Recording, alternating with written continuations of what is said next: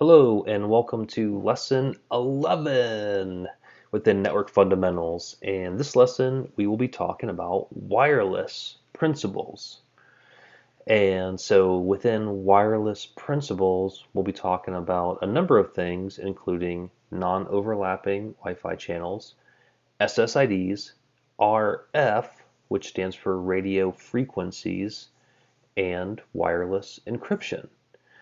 Wireless is a super awesome technology. It's something I find very, very interesting. So I'm excited about this lesson. So let's get into it.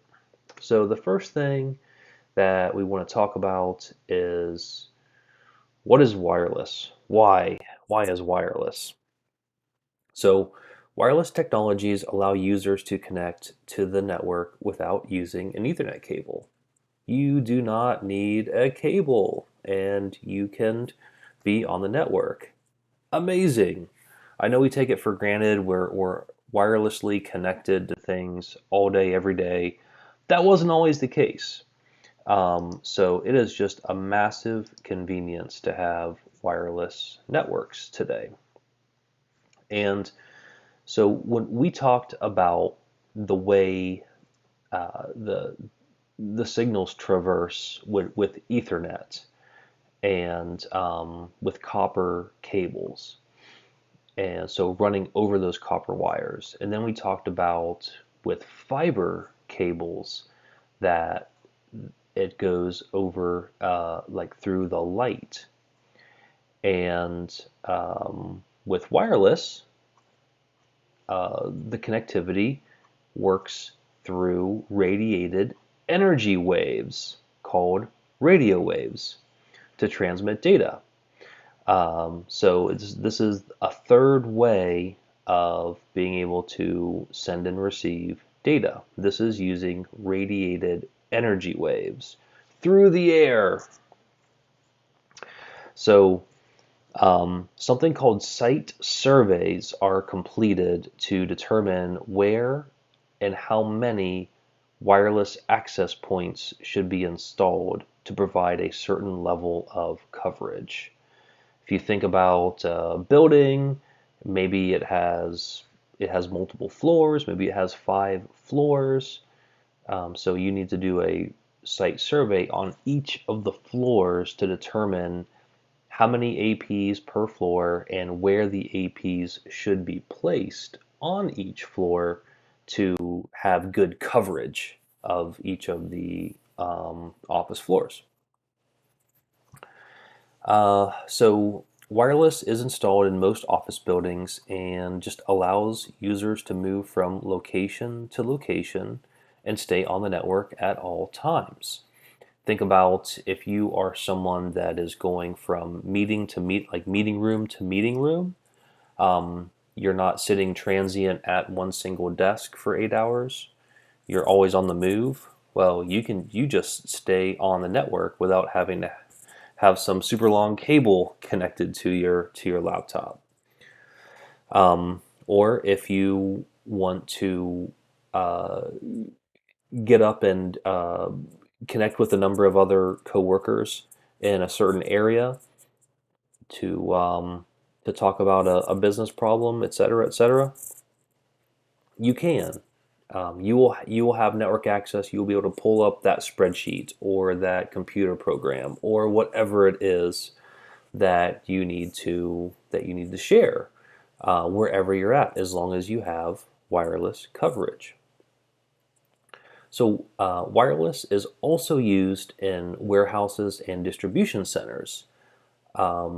If you think about warehouses, there are forklifts that are just running up and down those aisles of product, and they pick up product. They have to scan it in, and they have to move it from one area to another. Either they're loading product in from a semi truck deployment, or they're picking product up to get loaded into a truck. But they have a handheld scanner that they're scanning a barcode all the time. and that device needs to be on the network so that when they scan that in, it wirelessly transmits back to the program and the database to update it. That all is accomplished with a wireless network. So there is a standard called 802.11, and all of the wireless standards fall within 802.11. So to send data over wireless, the IEEE has developed 802.11 specification, which defines half duplex operations using the same frequency for send and receive operations on a WLAN, something called a WLAN, which is a wireless LAN. So there are a number of amendments to the 802.11 standard. The first one that we have here is 802.11a, and this is a frequency, or this 802.11a works on the 5.0 gigahertz frequency, which is actually divided into multiple parts for indoor and outdoor use. The bandwidth is either 5, 10, or 20 megahertz. You see the data rates here, and you have a number of something called non-overlapping channels. We'll get a picture of that here in a couple slides. But we don't really see 802.11a too much anymore. And in fact, the 802.11a, 802.11b, and 802.11g are all considered more legacy standards at this point. But to understand where the newer standards are at, it's good to know where it started. So you have 802.11b, which is on the 2.4 gigahertz spectrum. Okay, so that was kind of what we had when wireless started. You had 802.11a on 5, 802.11b on 2.4. And the difference between the 5 gigahertz spectrum and the 2.4 gigahertz spectrum is really the wavelength. So the 5 gigahertz has higher troughs and valleys, giving it the ability to have less distance, but ability to do higher data rates. 802.11b doesn't have as big as not as high troughs and valleys, but its distance can be further. So that's why you can see the data rate on A, it maxes at 54 megabits per second, and 802.11b maxes at 11 megabits per second. However, with 802.11b, or with 2.4, really, with 2.4 gigahertz, you have more range. So, moving on to 802.11g, this one was also on 2.4 gigahertz, and this one, with OFDM, was able to get to 5.4 megabits per second. Same number of channels as B, just higher data rates, and was backwards compliant with B, but could not support the higher data rates on the backwards compatibility. Okay, now, this slide, this is where we talk about the Wi-Fi standards that are in use today. And so we'll talk about 3 of them: 802.11n, 802.11ac, and 802.11ax. And the common terminology, they have started to call it Wi-Fi 4, Wi-Fi 5, Wi-Fi 6, because it's just hard to remember this 802.11 and then a letter or multiple letters.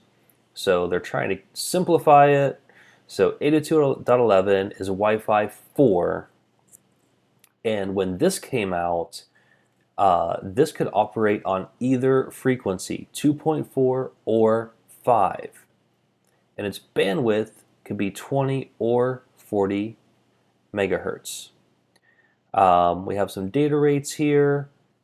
We have some backwards compatibility, but the big thing that we saw with 802.11n is MIMO, multiple in, multiple out. So it can utilize multiple antennas for sending and receiving data, which can increase throughput, as well as we saw channel aggregation. So it could combine two 20 megahertz channels into one 40 megahertz channel, and which allowed us to see these higher data rates. So 802.11ac just continued to evolve, and it's 5 gigahertz only, and you can see the bandwidth here: 20, 40, 80, or 160. So data rate approximately 7 gigabits per second if you combine eight uh, 8 channels, giving yourself 160 megahertz. And the term important for 802.11ac is where we see MU dash MIMO, MIMO, and it's downstream only. But this is multi-user MIMO. So an AP can communicate concurrently with multiple clients, enabling faster data rates. And then finally, moving to Wi-Fi 6, 802.11ax.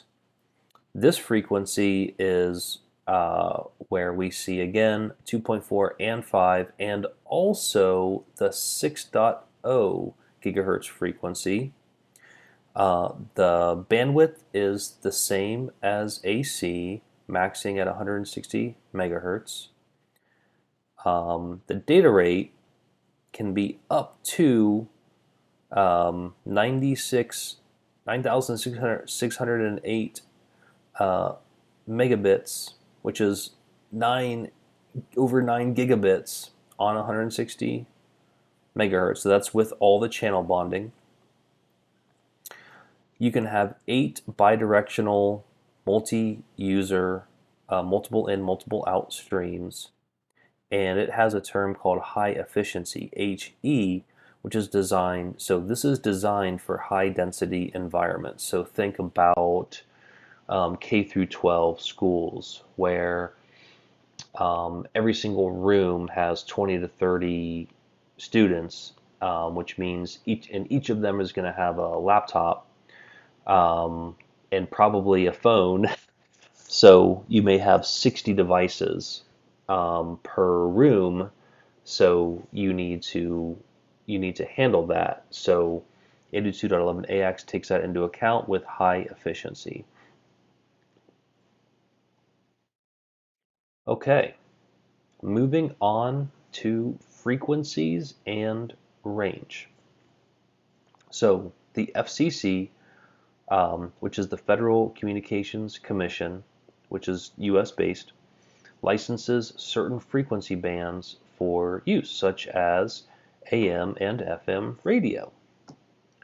But some of these bands are left unlicensed. So wireless utilizes 2 of these unlicensed bands, 2.4 gigahertz and 5 gigahertz.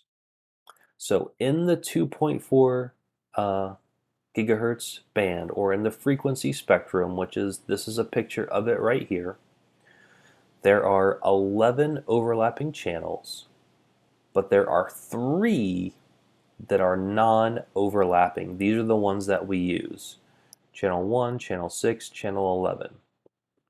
So channel 1, channel 6, and channel 11. The reason we use these 3 is because of channels 1 through 11, you were trying to create as much space as you can so that you don't have co-channel interference.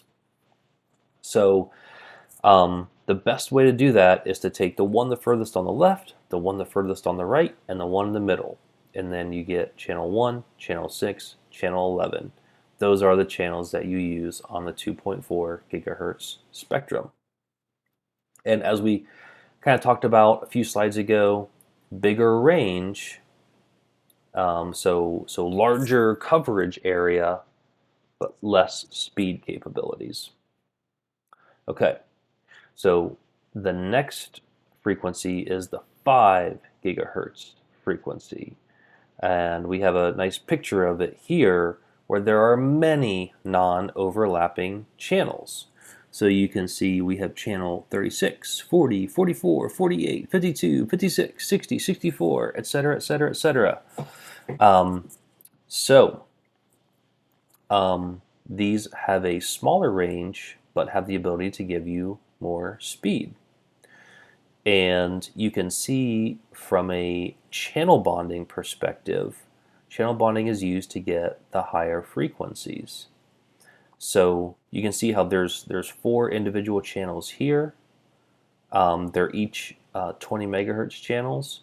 So then you can see you can take 2 of these channels to get a 40 megahertz, or you can take 4 of them to get 80 megahertz, or you can take 8 of them to get 160 megahertz to get those super high data rates. And so you probably think, well, why wouldn't I bond those channels together? I want the fastest data rates I can possibly get. That's fair. There is a downside, and the downside is co-channel interference and signal-to-noise ratio. So when you are in an office building and you are deploying APs, and if you have an AP here, AP here, AP here, AP here, if each of them only has one channel, so you could put this one 36, 40, 44, 48. Great. That's fine. However, if you're bonding 8 channels together, if this one takes 8 channels, and this one takes 8 channels, and this one takes 8 channels, and this one takes 8 channels, you are way out of channels. And you are going to have your channels you do not want to overlap. So that is something that will absolutely happen with this type of a design. So you have to, it's a balance. Yes, you want to get the high data rates, but at the same time, you do not want co-channel interference. Also, you need to remember what your clients are capable of connecting to. So your wireless network is only as fast as the speed that your clients are capable of. So keep that in mind as well. Okay, so we are going to talk about something called a service set identifier, SSID, and that is just the name of the wireless network that you would join. It is tied to a WLAN, and the WLAN ties to a VLAN. The SSID you might be familiar with might be like the name of your company dash corp, or the name of your company dash guest. So the way this happens is you have an AP. Those are antennas. You have an AP, and it's emitting a SSID called corp, right? So great. And then you have a laptop that can pick up that corp SSID. That AP is connected to a switch, and that switch is connected to a router, and the router is connected to, running out of screen space here, the internet, right? So this is an example of a basic service set where you just have an AP and you have one SSID that it is broadcasting. One device sets a network name and radio parameters, and the other uses it to connect. So corp on channel 6. Okay, so this is your device doing the broadcasting. This is your device that is connecting. In an extended service set, is when you have more than one AP that is connected to a common network. So you would have, so I'm going to draw here, maybe you have another switch and yet another switch, and you have an AP here, wireless antennas connected to the switch, and it's giving a broadcast, and then you have another AP here, right? You get the idea. Draw my dorky antennas. And you have corp.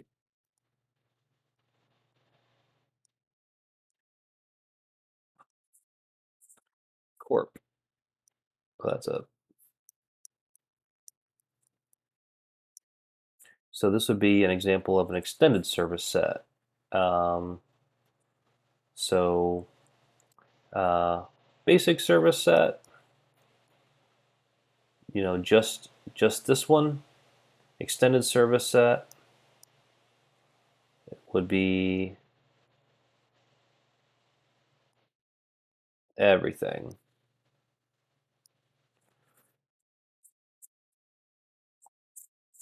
We normally see extended service set. This is the de facto standard. You would only see a basic service set anymore in maybe like a small office type of a thing.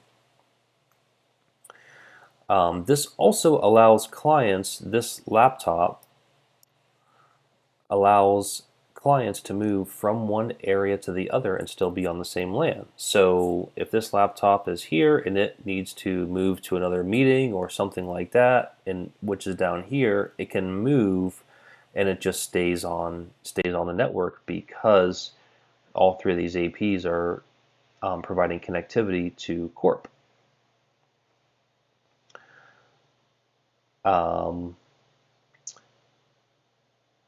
And the extended service set identifier is the network name that is shared across access points.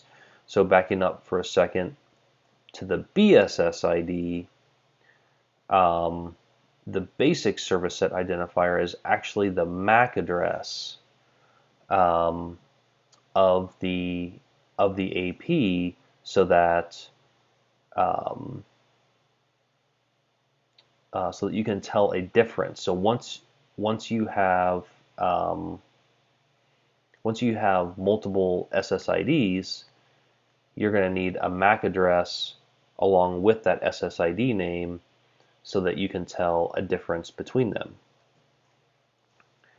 Roaming, we talked about the ability to roam from one AP to another. They keep the same IP address, and yes, this generally happens when they're walking to another area of the building or are on a device such as a forklift or a golf cart.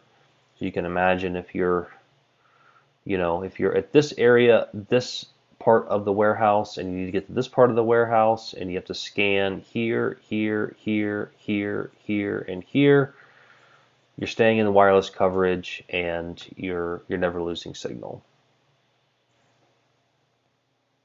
Okay, now we're going to talk about wireless security. We're going to talk about, well, an aspect of wireless security. We're going to talk about encryption. So we have encryption standards. So originally, the first thing that came out was WPA, Wi-Fi Protected Access, and this wasn't the first thing that came out. The first thing that came out was WEP, which was purely just a pre-shared key. So Cisco had to answer because it was when WEP came out, it was very easy to compromise that. So WPA was Cisco's answer to WEP. And from an encryption standpoint, it was a dynamic key exchange using temporal key integrity protocol, TKIP. And with WPA, we had 802.1x, user authentication, or you could use pre-shared keys. So big enhancement from WEP going to WPA. And then we move to WPA2. And in WPA2, you have a CCMP block cipher mode, counter mode with cipher block chaining message authentication code protocol. So you have AES for encryption. So this is where we saw with WPA2, we saw AES for the first time for encryption, as well as message integrity check, so MIC, with CBC MAC. So very secure, WPA2 very secure. But it possibly can be brute force attacked and compromised. So there is WPA3. So with WPA3, we have GCMP, block cipher mode. So GCMP stands for Gallios Counter Mode Protocol. This is stronger than what WPA2 has. It still uses AES. It uses the MIC, message integrity check, with Gallios message authentication code, GMAC. And it does something called simultaneous authentication of equals, SAE. So this is a Diffie-Hellman key exchange with authentication. So those are our three encryption standards: WPA, WPA2, and WPA3. Now, when you go to use these on a client, you will have an option for personal or enterprise. So if you choose personal, you can use WPA2 or WPA3, and you'll use a pre-shared key. If you use enterprise, again, you can use WPA2 or WPA3, but you will be using an authentication server for authentication. So this is where you'll be using something like 802.1x. Okay, so that is it for lesson 11 for wireless principles. There will be more information about wireless throughout the CCNA course, but this should give you a good baseline for wireless. Thank you very much.